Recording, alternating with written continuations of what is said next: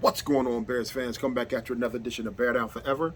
Now, I'm going to jump into this mock draft right here. I got, I don't know how many I done did by now, but yes, I said done did. And I don't know how many it's been, but I just think that mock drafts are fun. I enjoy doing them, and the players and it always changes. I mean, and I got a little twist in this mock draft. Early on too. So first and foremost, jump right into it. Like, comment, subscribe, tell a friend to tell a friend. Bread out forever, because this is what we do here. Let's go. So I started off with a trade. I traded. I had 6 trade offers. I accepted one from the Colts. They offered me number 4, number 35, pick 79, and a first and second in 2024. I was like, it's too good to pass up. I know I did previous ones where I traded with Houston, but I don't know if that, how if they really want to move up one slot or not. And I just look at it like this. Now, if they fall in love with a quarterback, it's definitely a possibility. And it's definitely a possibility for the Bears to trade back twice with Houston and Indianapolis, because they could both fall in love with a quarterback, and it could be 2 separate guys. I know everybody want to say, Bryce Young, oh, he's the guy, he's the, but that don't mean that the same team is going to fall in love with the same player. So, because I do believe that Bryce Young's size will scare some people away. Not his height, but his frame, because he's light. His height, I don't think his height is an issue at all. He's like 5'11". I don't think his height is an issue one bit. It's how much he weighs and everything, and so that being said, so I went in, and before I made my pick, I got another trade offer. Now this is where it gets a little tricky. Now I got pick number 8, pick number 44, and a first in 2024. That trade offer was from the Atlanta Falcons. And I'm going to tell y'all something. I took that too. So I traded down twice. And with my first pick number 8 in the draft, I selected Tyree Wilson, edge rusher out of Texas Tech. And I just did a video on Tyree Wilson saying that how I believe that he could be a player that the Bears go after, because he could. I think it's a possibility he could be the best defensive player in this draft. He might be the best overall player in this draft, and we're going to see when the combine comes around. Well, we really won't see until a few years with them in the systems that they're going to be in. So, but we're going to see how he tests in the combine. But if you look at this guy's film, I mean, he's 6'6", 276 pounds. He has edge. He's an edge. He can play stand-up linebacker, and he can play the 3 technique. So you don't have to take this guy off the field at all. You can move him around. You look at a player like Aaron Donald, who's high on the Bears' radar when he was coming out, and he actually went a pick right before the Bears. So it's one of those things. You look at take a player like him. He moves all around that defensive line. And they used to switch Khalil Mack from the left to the right and everything. But this guy can go from the outside to the inside, and he's effective everywhere. He's quick. I don't know how fast he's going to run, but he's extremely quick.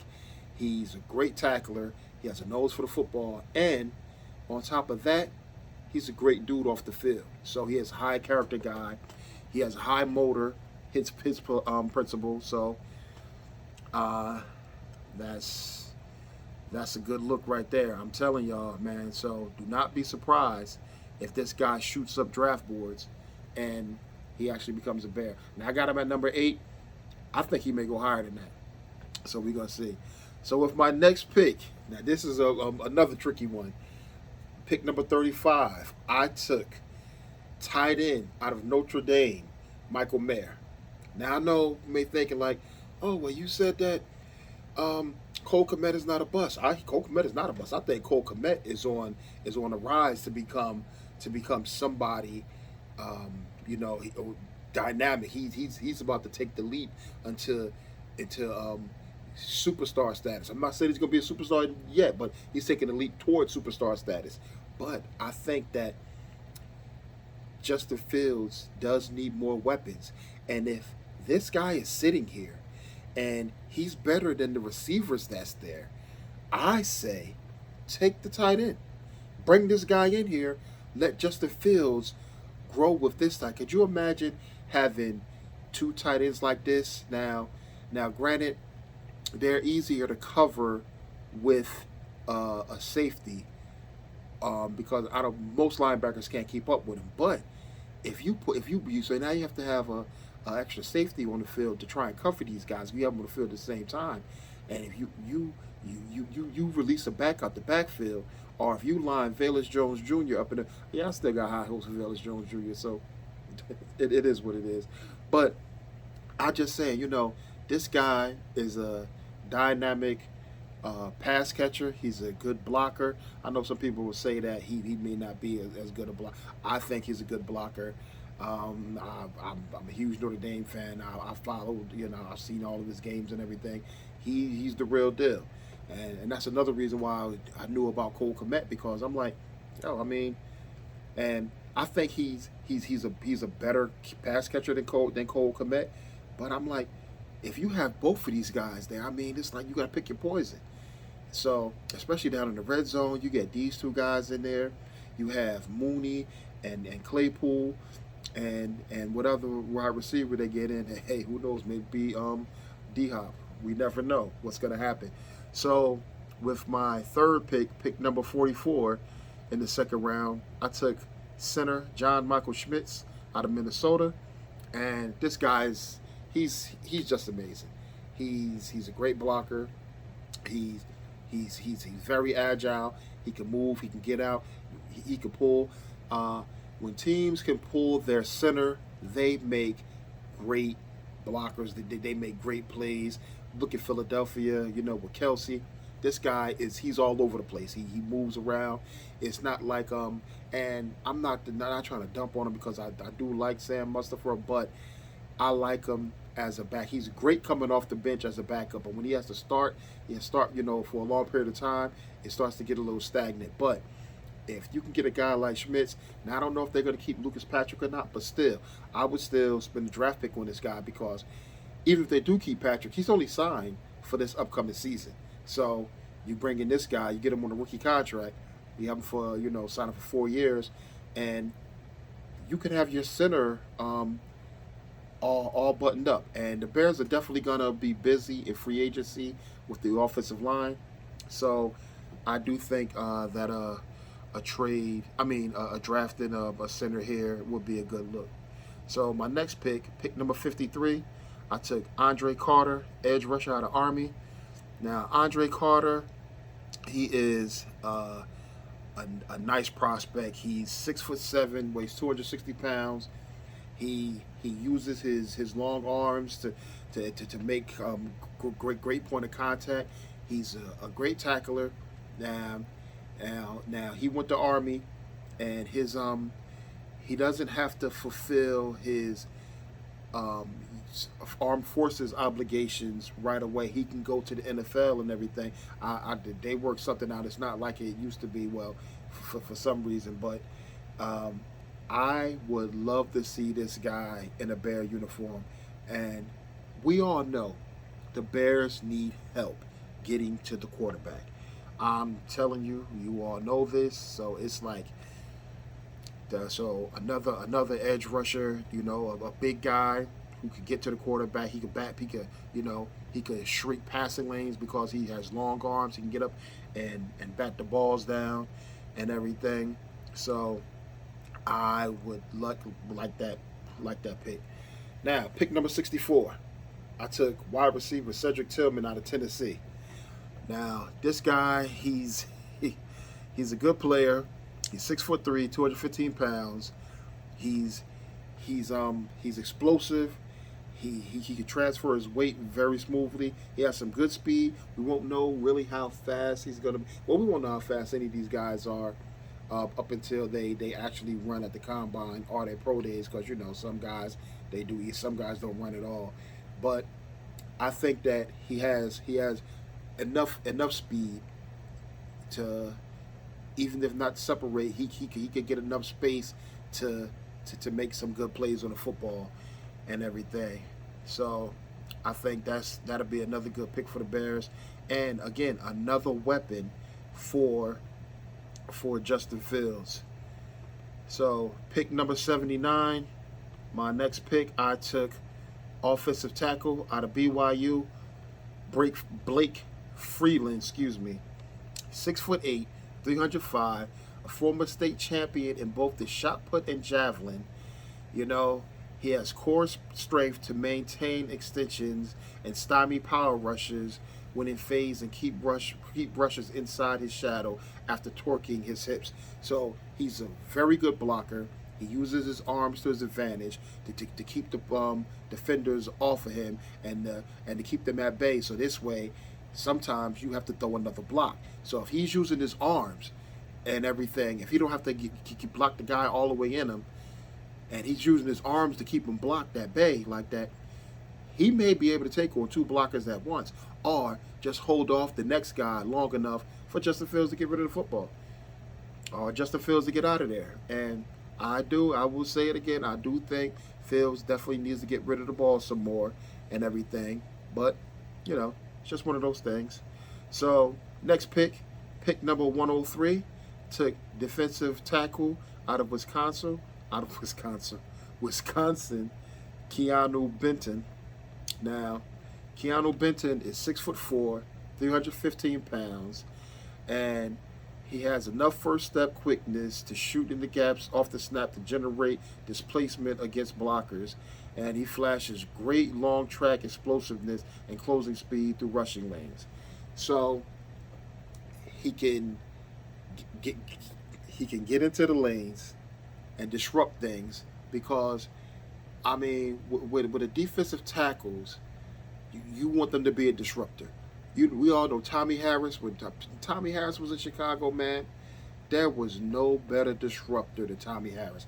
He had the quickest first step. I mean, it's like soon as that ball would just like flinch, he'd be already past the daggone the lineman. It was just a great thing to have.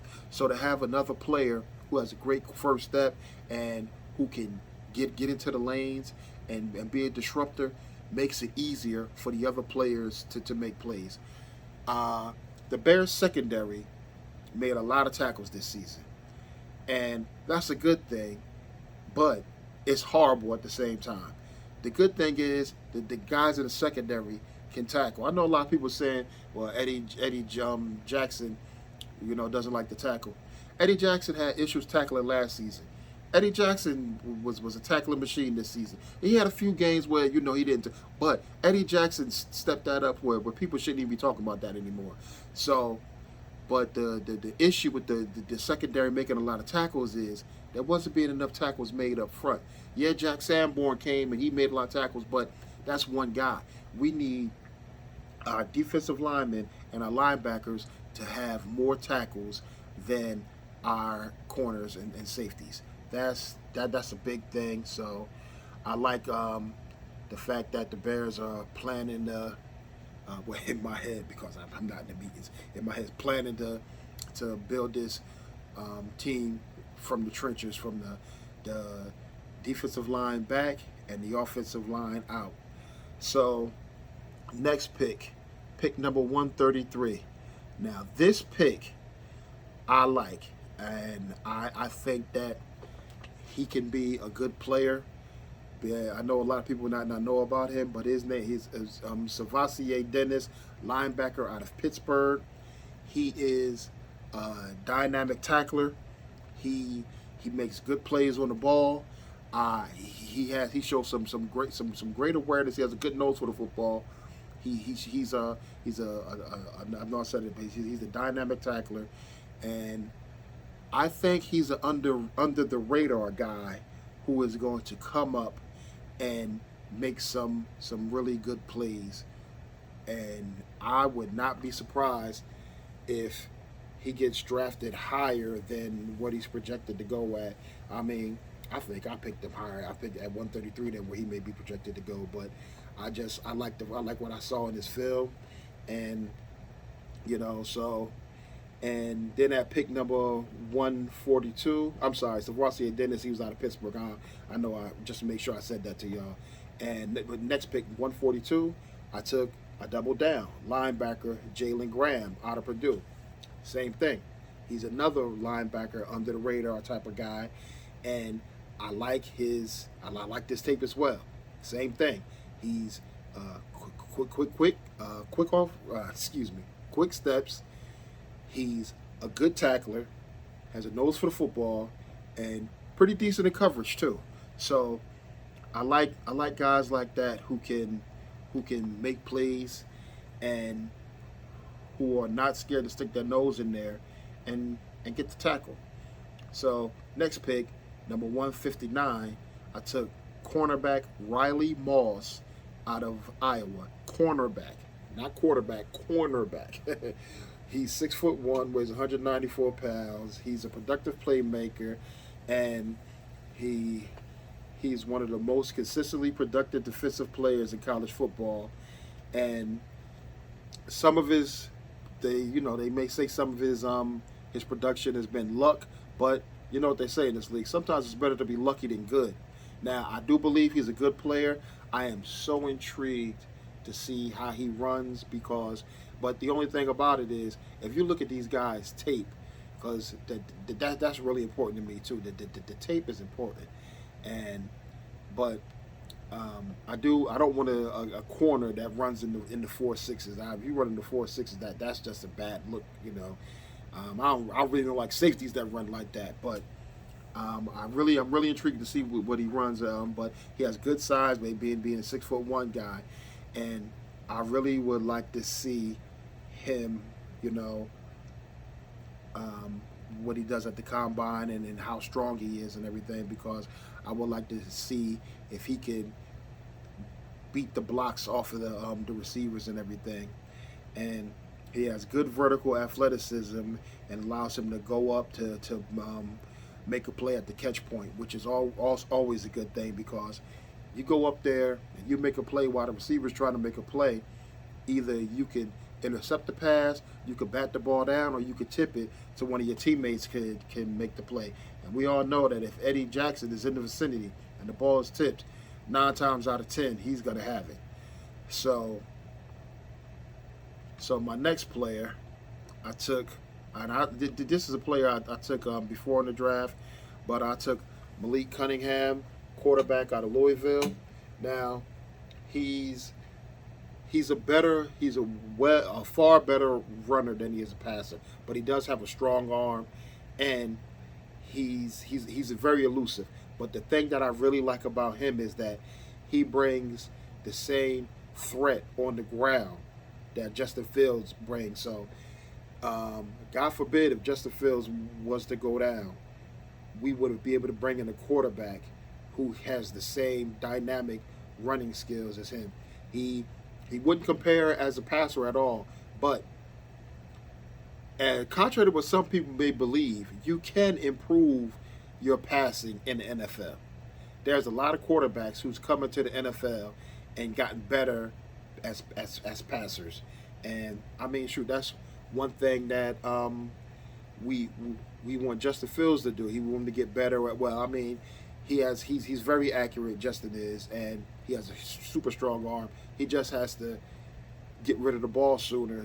Just make his decision and either decide to throw it away, because he does hold on to the football too long. So that's another thing that I like about Justin Fields. That's another thing I like about Malik Cunningham. He does make quicker decisions with the football. Pardon me. So my last pick number 220, I took running back out of Northwestern, Evan Hall, and I like Evan Hall a lot. I watched all the Northwestern games. I know they only won one game, but Evan Hall, he is the workhorse for that team. He carried the ball a whole lot. He had his breakout season was his junior year. He had I mean, this guy, he catches the ball at the backfield. He's a strong runner.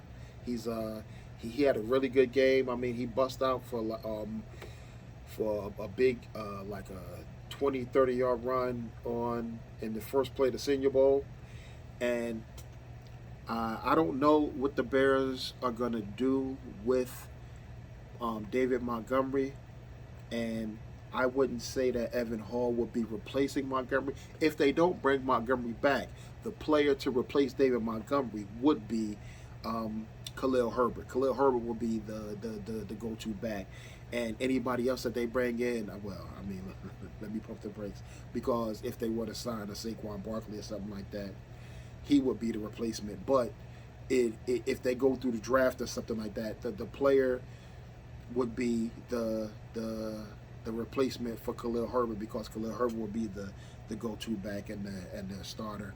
So, but I do like Evan Hall. He has good hands out the backfield, and he is a tough guy to bring down.